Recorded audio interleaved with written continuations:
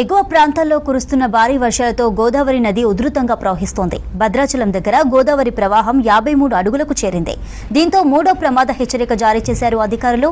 ఏటపాక వాగు పొంగడంతో లోతట్టు ప్రాంతాల్లోని కుటుంబాలను పునరావాస కేంద్రాలకు తరలించారు. మరోవైపు ఏటపాక వాగు బ్యాక్ వాటర్ను మోటార్లతో ఎత్తిపోస్తున్నారు అధికారులు. వరద సహాయక చర్యలను భద్రాచలం ఆర్డీఓ పోలీస్ సిబ్బంది పూర్తి స్థాయిగా పర్యవేక్షిస్తున్నారు. మరిన్ని డీటెయిల్స్ ఖదీర్ అందిస్తారు.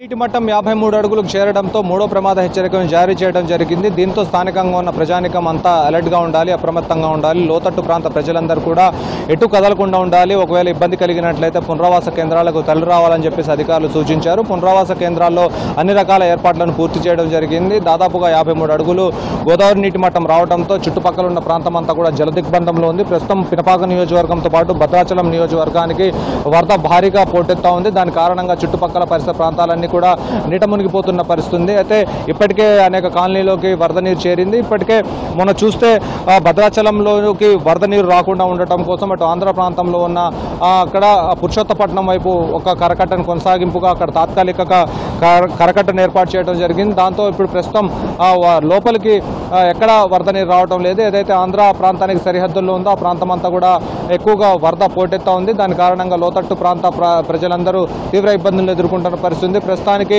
ఏజెన్సీ ప్రాంతంలో భారీగా వర్షం కురుస్తూ ఉంది. దాంతో పాటుగా ఛత్తీస్గఢ్, ఒరిస్సాలో కురుస్తున్న వర్షాల కారణంగా ప్రస్తుతానికి గోదావరి నీటి మట్టం అనేది క్రమేపీ పెరుగుతూ ఉంది. ప్రతి గంటకు తాలిపేరు ప్రాజెక్టు నుంచి 1000 క్యూసెక్కుల నీటిని దిగువ ప్రాంతానికి విడుదల చేస్తున్న పరిస్థితి.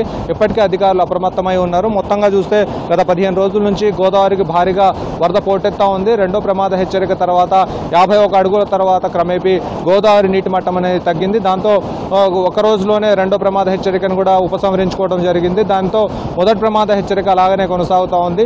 గత వారం రోజుల నుంచి చూస్తే మొదటి ప్రమాద హెచ్చరికలో ఉన్న గోదావరి ఇప్పుడు అకస్మాత్తుగా మళ్ళీ మూడో ప్రమాద హెచ్చరికకు చేరుకోవడం జరిగింది. అయితే ప్రస్తుతం అక్కడ పరిస్థితులు చాలా భిన్నంగా మారాయి. ప్రస్తుతానికి అక్కడ ఉన్న ప్రజానికం అంతా కూడా చాలా ఇబ్బందులను ఎదుర్కొనే పరిస్థితి. ఇప్పటికే అనేక లోతట్టు ప్రాంత ప్రజలందరూ కూడా గత వారం రోజుల నుంచి కురుస్తున్న వర్షాలకు అలర్ట్గానే ఉన్నారు. ఒకవైపు జిల్లా కలెక్టర్ జితేశ్వి పాటిల్, అదేవిధంగా జిల్లా ఎస్పీ రోహిత్ రాజ్ ఇద్దరు అనేక సహాయక చర్యలు చేపట్టడం కోసం అక్కడ ఉన్న అధికారులను అప్రమత్తం చేయడం జరిగింది. అయితే ప్రస్తుతానికి ఎవరు సెలవు ప్రకటించకూడదు, సెలవు ఉండకూడదు అని చెప్పేసి అధికారులకు సూచన చేయడం జరిగింది. లోతట్టు ప్రాంత ప్రజలు ఎవరైతే ఉన్నారో వాళ్లకు విద్యా సంస్థలను అక్కడ బంద్ చేయాలి, వాణిజ్య వ్యాపారాలు కూడా బంద్ చేయాలనేది తెలుస్తూ ఉంది. ఎందుకంటే అక్కడ ఆస్తి నష్టం ఎక్కువగా వాటిల్లే అవకాశం ఉన్న నేపథ్యంలో వాటిని బంద్ చేయిస్తున్న పరిస్థితి.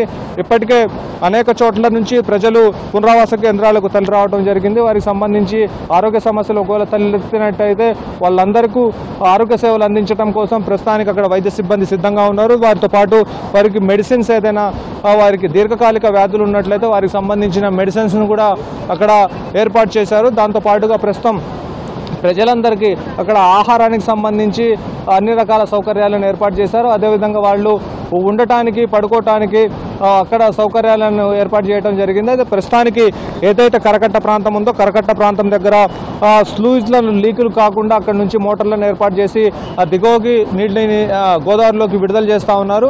దిగువకు విడుదల చేయడంతో అక్కడ విస్టా కాంప్లెక్స్ మొత్తం కూడా వాటర్ ఇంకా అక్కడికి చేరుకునే పరిస్థితి లేదు. గత అనుభవాల రీత్యా ఈసారి అధికారుల బృందం ఎక్కువగా అలర్ట్ అయినట్టు తెలుస్తూ ఉంది. ప్రధానంగా విస్టా కాంప్లెక్స్తో ఎక్కువగా నీళ్లు రావడంతో అక్కడ ధూపదీప నైవేద్యాలకు తీవ్ర ఇబ్బందులు తలెత్తాయి. దాని కారణంగా అక్కడ పూజ కార్యక్రమాలు కూడా నిర్వహించే పరిస్థితి లేదు. ఇప్పటికే స్నానఘట్టాల వద్దకు భారీగా వరద నీరు చేరుకుంది. దాంతో అక్కడ నిత్యం చేసే పూజా కార్యక్రమాలన్నీ కూడా రద్దవడం జరిగింది. ఎవరిని ఇక్కడికి పర్యాటకులను కూడా రానిచ్చే పరిస్థితి లేదు. కరకట్ట మీదకి సామాన్య ప్రజలు ఎవరు వచ్చే పరిస్థితి లేదు. ఇక్కడ పోలీసుల పహారాను అదేవిధంగా పికెటింగ్ని కూడా ఏర్పాటు చేయడం జరిగింది. ఎవరు కనీసం ఫోటోషూట్ కూడా చేయడానికి వీలు లేకుండా ఇక్కడ ఎక్కువగా రెస్ట్రిక్షన్స్ అనేది ఏర్పాటు చేశారు. దాంతోపాటుగా అధికారులు, అటు ఇరిగేషన్ అధికారులు, ఒకవైపు పోలీస్ అధికారులు, రెవెన్యూ అధికారులు ఎప్పటికప్పుడు అప్రమత్తంగా ఉండటం కోసం ఇక్కడ అనేక చర్యలు తీసుకోవడం జరిగింది.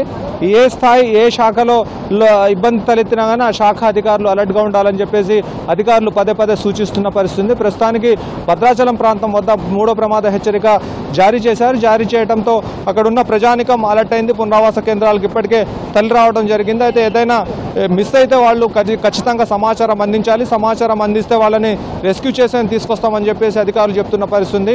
నాటు పడవల్ని అదేవిధంగా స్ట్రీమర్లను బోట్లను ఇక్కడ సిద్ధంగా ఉంచారు. ఎవరైనా ఇబ్బందులు తలెత్తినట్లయితే ఎవరైనా నష్టం జరిగే క్రమంలో వీటిని ఉపయోగించడం కోసం వీటన్నింటిని సిద్ధం చేసి పెట్టారు. దాంతోపాటుగా లోతట్టు ప్రాంత ప్రజలని రెస్క్యూ చేయడం కోసం గజ ఈతగాళ్లను కూడా ఇక్కడ సిద్ధంగా ఉంచడం జరిగింది.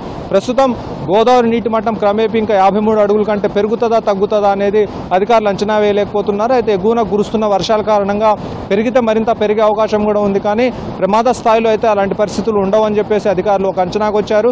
ఎందుకంటే గత అనుభవాలు రీత్యా చూస్తే 1976 నుంచి 2022 వరకు అనేక సార్లు గోదావరి నీటి మట్టం క్రమేపీ పెరిగి అనేక కాలనీలు కూడా నీట మునిగిపోవడం జరిగింది.